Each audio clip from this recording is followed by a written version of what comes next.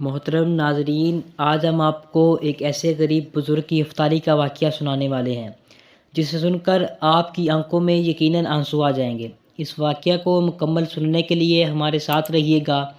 بسم اللہ الرحمن الرحیم۔ محترم ناظرین، رضوان صاحب بہت ہی زیادہ ضعیف انسان تھے، یعنی کہ وہ بہت بوڑھے ہو چکے تھے۔ ان کی 4 لڑکیاں تھیں اور چاروں کی چاروں شادی کے لائق ہو چکی تھی۔ سب سے بڑی لڑکی 25 سال کی تھی اور اس سے چھوٹی کی عمر تقریباً 24 سال تھی۔ جو اس سے چھوٹی تھی وہ 20 سال کی تھی اور جو سب سے چھوٹی تھی اس کی عمر تقریباً 18 سال کی تھی۔ رضوان صاحب کا کوئی بھی بیٹا نہیں تھا۔ اللہ پاک نے ان کو بیٹے جیسی نعمت سے نہیں نوازا تھا اور غریبی کی وجہ سے ان لڑکیوں کی شادی بھی نہیں ہو رہی تھی۔ رضوان صاحب اپنے گھر میں اکیلے ہی کمانے والے تھے۔ یہ ایک غیر مسلم یعنی ایک عیسائی عورت کے گھر میں صاف صفائی اور کپڑا دھونا، باغیچے کی دیکھ بھال کا کام کیا کرتے تھے۔ رضوان صاحب کی جو مالکن تھی وہ اس کے گھر میں صرف عیسائی اور اس کا بیٹا رہا کرتا تھا۔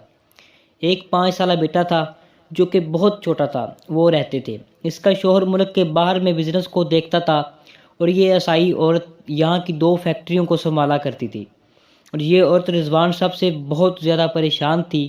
ہر وقت ان کو ڈانٹتی رہتی تھی کیونکہ رضوان صاحب کی عمر زیادہ ہونے کی وجہ سے کوئی بھی کام ٹھیک سے نہیں کرتے تھے۔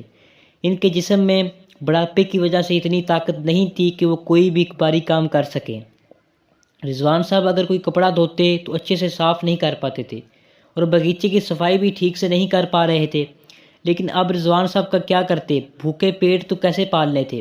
دوسرا کوئی اور کام کرنے والا بھی نہیں تھا۔ رضوان صاحب کام کرتے کرتے وہیں باغیچے میں سو بھی جایا کرتے تھے۔ ان کی جو مالکن تھی بہت زیادہ ان سے پریشان ہو چکی تھی، لیکن ان کی غریبی اور ایمانداری کی وجہ سے ان کو کام سے نہیں نکال رہی تھی۔ لیکن ایک دن کچھ ایسا ہوا کہ باغیچے کی صفائی کرتے کرتے باغیچے میں ہی رضوان صاحب کو نیند آ گئی اور وہیں سو گئے اور ایک گائے نے آ کر بھاگ بھاگ کر پورا باغیچہ خراب کر دیا۔ پھر جب شام کو مالکن آئی تو اپنے باغیچے کو اتنا خراب دیکھ کر رضوان صاحب پر بہت زیادہ غصے ہوئی اور خوب ڈانٹا اور بولا کہ آج کے بعد کوئی غلطی ہوئی تو میں آپ کو کام سے نکال دوں گی۔ مالکن کی ڈانٹ سن کر وہ اپنے گھر واپس جانے لگے تو راستے میں ان کو ایک دکاندار ملا۔ اس نے ان کو بہت ساری باتیں سنائی کہ رضوان بھائی، تم نے 10 کلو چاول اور 2 کلو دال لی تھی اور پیسے آج تک نہیں دیے۔ اگر 2 دن میں میرے پیسے نہ دیے تو دیکھ لینا کیا ہوگا۔ ان کی باتیں سن کر رضوان صاحب اپنے گھر پہنچ گئے۔ گھر پہنچے ہی منجلی بیٹی نے ایک گلاس پانی لا کر دیا۔ ان کی بوڑھی بیوی ان کی بغل میں آ کر بیٹھ جاتی ہے اور کہنے لگی کہ صاحب، رمضان کا چاند نظر آ گیا ہے، روزے کے لیے سامان چاہیے۔ گھر میں اس وقت کوئی پیسہ نہیں، کوئی چیز ایسی نہیں جو کھانے کے لیے موجود ہو کہ ہم افطاری یا سحری کر سکیں۔ ایک پیسہ موجود نہیں اور نہ ہی کوئی سامان ہے۔ دکان والا بھی ادھار دینے سے منع کر رہا ہے۔ بیٹیوں کا نہ تو کوئی رشتہ آ رہا ہے، اگر کوئی آ جاتا ہے تو وہ جہیز مانگتے ہیں۔ اب کل گھر میں کیا کھانے کو بنائیں گے؟ جو آپ کی تنخواہ ملتی ہے سب کی سب کرائے میں چلی جاتی ہے۔ اتنے پر رضوان صاحب کہنے لگے کہ صبر کرو، اللہ تبارک و تعالی ہمارا مالک ہے، وہی بادشاہ ہے، رحیم ہے اور کریم ہے۔ وہ اپنے بندوں کو 70 ماہوں سے بھی زیادہ بڑھ کر پیار کرتا ہے، وہی انتظام کرے گا۔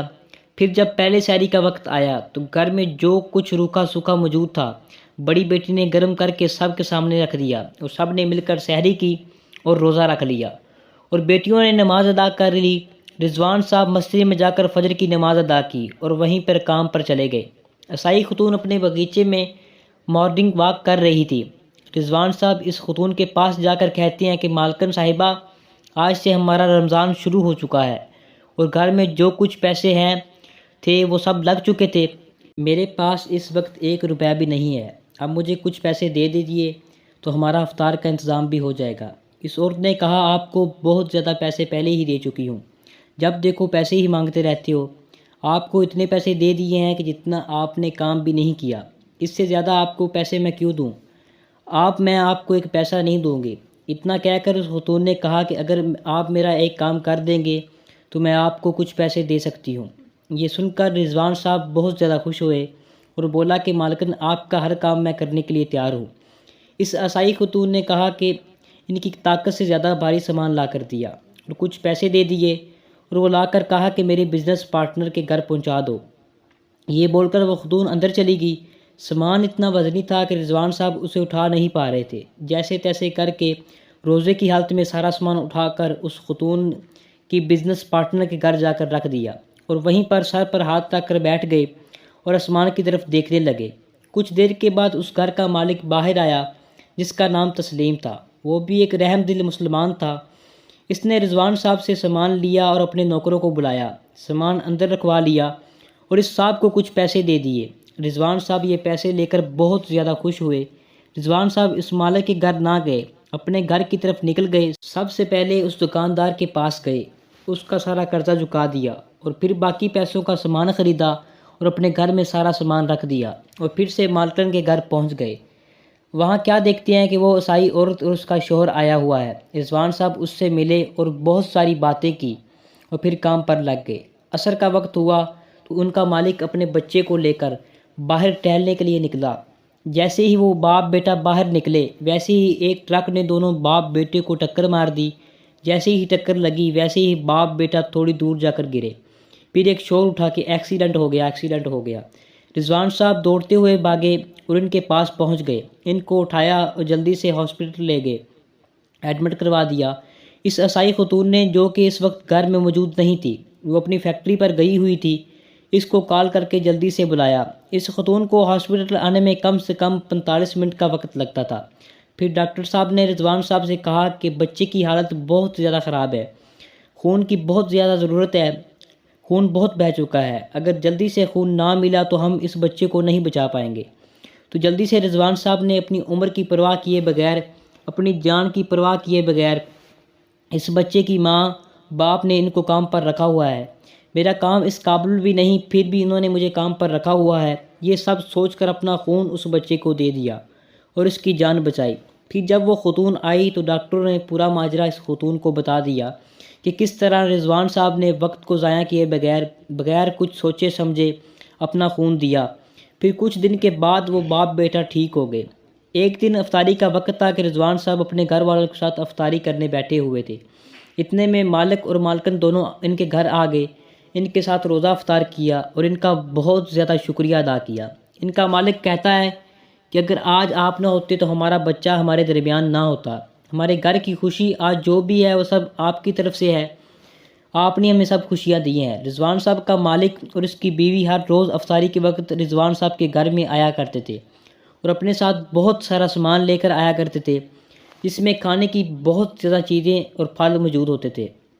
افطاری کا سارا سامان بھی لایا کرتے تھے، ان کے گھر میں ہی بیٹھ کر افطاری کیا کرتے تھے اور اسلام اور دین کی باتیں کرتے، دین کی باتیں سیکھا بھی کرتے تھے۔ اس کے بعد اس شخص نے رضوان صاحب کی چاروں بیٹیوں کی شادی بھی اپنے پیسوں سے بہت ہی دھوم دھام سے کرا دی اور پھر ان کا بہت زیادہ شکریہ ادا کیا اور کہا کہ آپ کی وجہ سے آج میرے گھر میں رونق ہے، جس کی وجہ سے یہ رونق بنی ہوئی ہے، اس لیے میں نے سوچا کہ میں آپ کے گھر میں بھی ایک رونق بنا دوں۔ سبحان اللہ۔ محترم ناظرین، آپ نے دیکھا کہ ان غریب بزرگ کو اللہ پر کتنا پختہ یقین تھا، انہوں نے اس عمر میں بھی محنت کرنا نہیں چھوڑا اور اس یقین کی بدولت رضوان صاحب کی ساری مصیبتیں بھی دور ہو گئی۔ محترم ناظرین، ایسا ہی بہت سارے غریب لوگ ہیں جو ہمارے آس پاس آپ کو موجود نظر آئیں گے، جو اللہ پر یقین کرتے ہوں گے کہ اللہ پاک یہ خوبصورت مہینہ ماہ رمضان کا شروع ہو چکا ہے۔ حضرت محمد صلی اللہ علیہ وآلہ وسلم نے فرمایا کہ شعبان میرا مہینہ ہے اور رمضان میرے رب کا مہینہ ہے۔ محترم ناظرین، اس مہینے میں ہم نے زیادہ سے زیادہ اللہ کی عبادت کرنی ہے اور ان غریب لوگوں کا خیال رکھنا ہے جو اس مہینے میں اللہ پر یقین بنائے بیٹھے ہوئے ہیں کہ ان کو اللہ نے دیا ہے۔ پھر ہمیں چاہیے کہ ہم زیادہ سے زیادہ اللہ تبارک و تعالیٰ کا شکر ادا کیا کریں۔ محترم ناظرین، ہم مسلوں میں نہیں، ہم تو کولوں پر بھی رب کو سجدہ کر کے ہم اس کا شکر ادا نہیں کر سکتے۔ یہ صدقے ہمارے گناہوں کو ایسے مٹا دیتا ہے جیسا کہ پانی آگ کو۔ اللہ کا وعدہ ہے کہ صدقہ دینے سے آپ کا مال کبھی بھی کم نہیں ہوگا، بلکہ آپ کا رزق میں برکت ہو جائے گی۔ جس کے پاس کم ہوگا پھر بھی وہ اللہ کی راہ میں صدقہ کر دے، اللہ اس کا صدقہ سب سے زیادہ پسند کرتا ہے۔